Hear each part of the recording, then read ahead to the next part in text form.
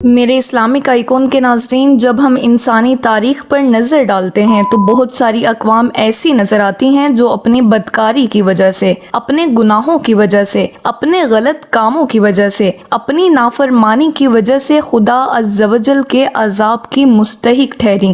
جب وہ قومیں گناہوں کی ایک خاص سٹیج پر پہنچ گئیں تو اللہ تعالیٰ نے ان اقوام پر اپنے انبیاء کو بھیجا کہ وہ ان قوموں کی تصحیح کریں، ان کو تبلیغ کریں۔ تو جب ان اقوام نے دعوت قبول نہیں کی اور اپنے گناہوں پر ڈٹے رہے تو اللہ تعالیٰ نے پوری قوموں کو تباہ کر دیا۔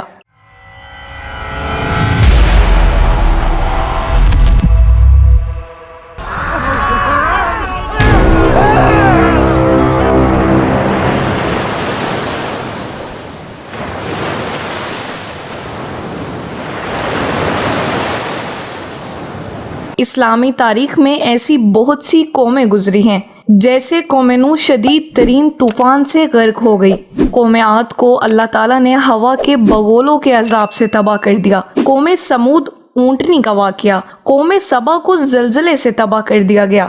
لیکن آج ایک ایسی قوم کا ذکر کرنا ہے، ایک ایسی قوم کا تذکرہ کرنا ہے جس کے گناہوں کی، جن کی بدکاریوں کی مثال تاریخ انسانیت میں نہیں ملتی، اور وہ قوم ہے قوم لوط۔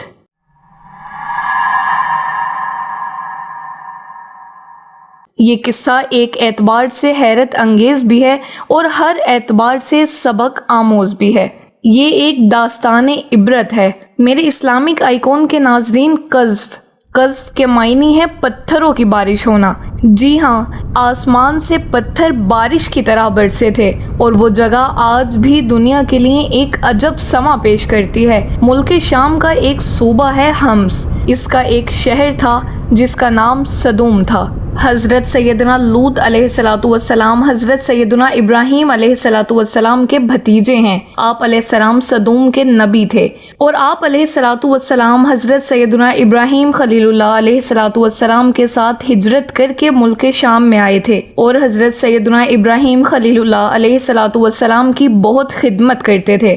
پھر حضرت ابراہیم علیہ السلام کی دعا سے آپ نبی بنائے گئے تھے۔ میرے اسلامک آئیکن کے ناظرین، شہر سدوم کی خوشحالی کی وجہ سے کافی لوگ مہمان بن کر ان کی وادیوں میں آتے، اور اس شہر کے لوگوں کو مہمان نوازی کا بوجھ اٹھانا پڑتا تھا۔ مگر اس شہر کی وجہ شہرت یہ تھی کہ وہاں کے لوگ کافی بخیل تھے، لیکن اللہ تعالیٰ نے انہیں حسن و جمال سے نوازا تھا۔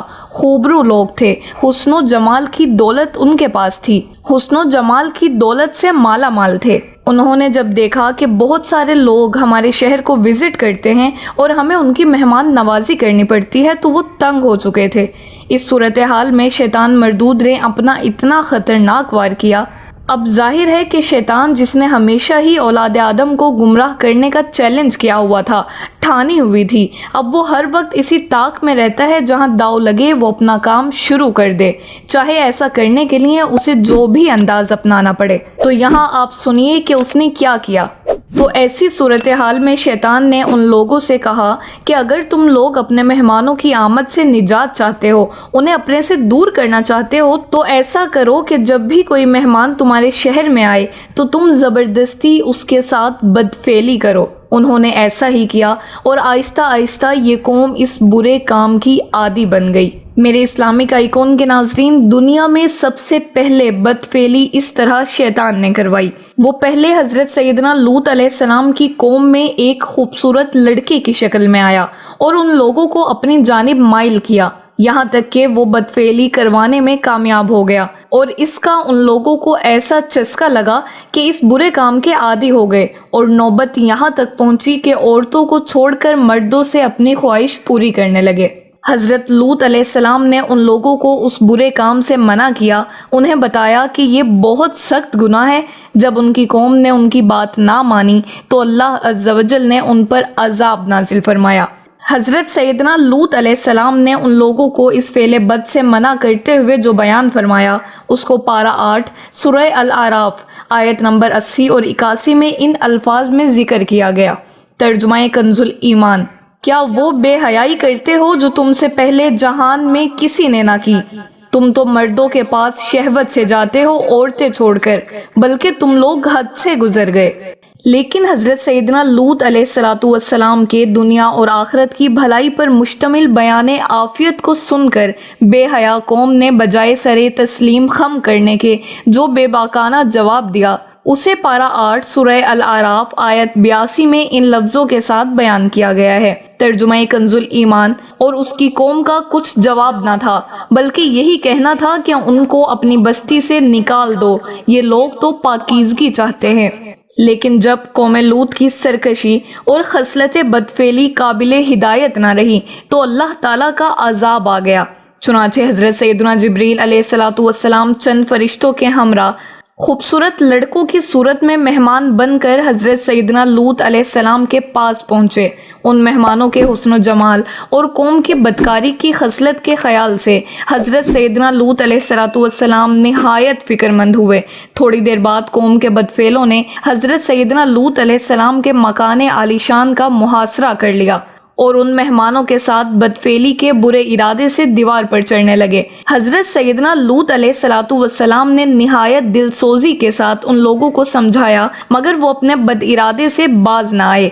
آپ علیہ السلام کو متفکر اور رنجیدہ دیکھ کر حضرت سیدنا جبریل علیہ السلام نے کہا، یا نبی اللہ، آپ غمگین نہ ہوں، ہم فرشتے ہیں اور ان بدکاروں پر اللہ عز و جل کا عذاب لے کر اترے ہیں۔ آپ مومنین اور اہل و عیال کو ساتھ لے کر صبح ہونے سے پہلے اس بستی سے کہیں دور نکل جائیے، اور خبردار کوئی شخص پیچھے مڑ کر بستی کی طرف نہ دیکھے ورنہ وہ بھی اس عذاب میں گرفتار ہو جائے گا۔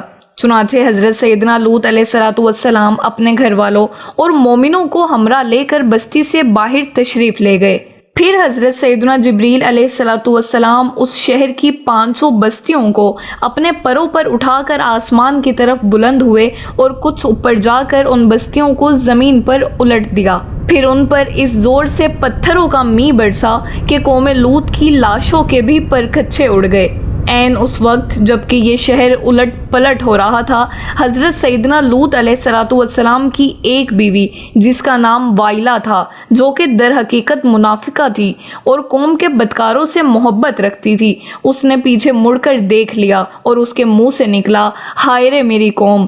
یہ کہہ کر کھڑی ہو گئی۔ پھر عذاب الہی کا ایک پتھر اس کے اوپر بھی گر پڑا اور وہ بھی ہلاک ہو گئی۔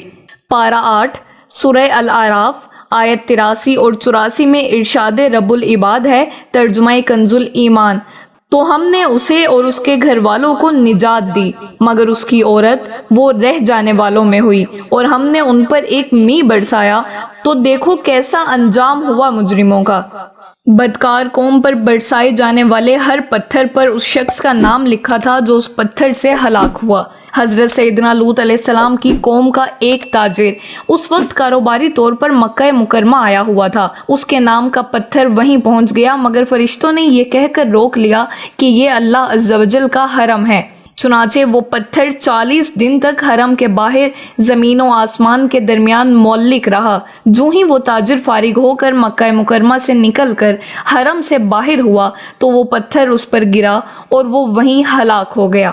اور حضرت سیدنا سلیمان علیہ السلام نے ایک مرتبہ شیطان سے پوچھا کہ اللہ عز و جل کو سب سے بڑھ کر کون سا گناہ ناپسند ہے؟ ابلیس بولا، اللہ تعالیٰ کو یہ گناہ سب سے زیادہ ناپسند ہے کہ مرد مرد سے بدفعلی کرے اور عورت عورت سے اپنی خواہش پوری کرے۔ خاتم المرسلین رحمت للعالمین صلی اللہ تعالیٰ علیہ وسلم کا فرمان عبرت نشان ہے کہ جب مرد مرد سے حرام کاری کرے تو وہ دونوں زانی ہیں، اور جب عورت عورت سے حرام کاری کرے تو وہ دونوں زانیہ ہیں۔ اور حضرت سیدنا وکی رضی اللہ تعالیٰ عنہ سے مروی ہے کہ جو شخص قوم لوط کا سا عمل یعنی بدفعلی کرتا ہوگا اور بغیر توبہ کیے مرے گا تو تدفین کے بعد اسے قوم لوط کے قبرستان میں منتقل کر دیا جائے گا اور اس کا حشر قوم لوط کے ساتھ ہوگا، یعنی قوم لوط کے ساتھ قیامت میں اٹھے گا۔ میرے اسلامک آئیکن کے ناظرین، آپ نے سنا کہ قوم لوط کی بستیوں کو کیسے الٹ دیا گیا اور پھر ان لوگوں پر پتھروں کی بارش ہوئی اور اس زور سے بارش ہوئی کہ قوم لوط کے تمام لوگ مر گئے۔ تو یہ پہلے بھی برسے ہیں اور قیامت سے پہلے بھی برسیں گے۔ میرے اسلامک آئیکن کے ناظرین، ذرا سوچئے کہ یہ کیسا غیر فطری عمل ہے کہ مرد کا مرد کے ساتھ برا کام کرنا اور عورت کا عورت کے ساتھ۔ آج گیز اور لیسبینز کے حقوق کی بات کی جاتی ہے، یہ اللہ کے عذاب کو دعوت دینے والی باتیں ہیں۔ خدایا سمجھیے، ایسی قومیں برباد ہو گئیں، تباہ ہو گئیں جنہوں نے اس قسم کے کام کیے۔ اللہ تعالیٰ نے قوم لوط کو ان کی بے حیائی کی وجہ سے ایسا عذاب دیا کہ ان سے پہلے کسی بھی امت کو ویسا عذاب نہیں دیا۔ اللہ رب العالمین اپنے فضل سے ایسے تمام افعال سے ہماری حفاظت فرمائے جو اس کی ناراضگی کا سبب ہیں۔ دعا ہے پروردگار پاک سے کہ اللہ عز و جل ہمیں قوم لوط سے عبرت حاصل کرنے کی توفیق نصیب فرمائے اور نبی پاک صلی اللہ تعالی علیہ وسلم کی پوری امت کو اس گناہ سے محفوظ رکھے، آمین بجاہ النبی الامین۔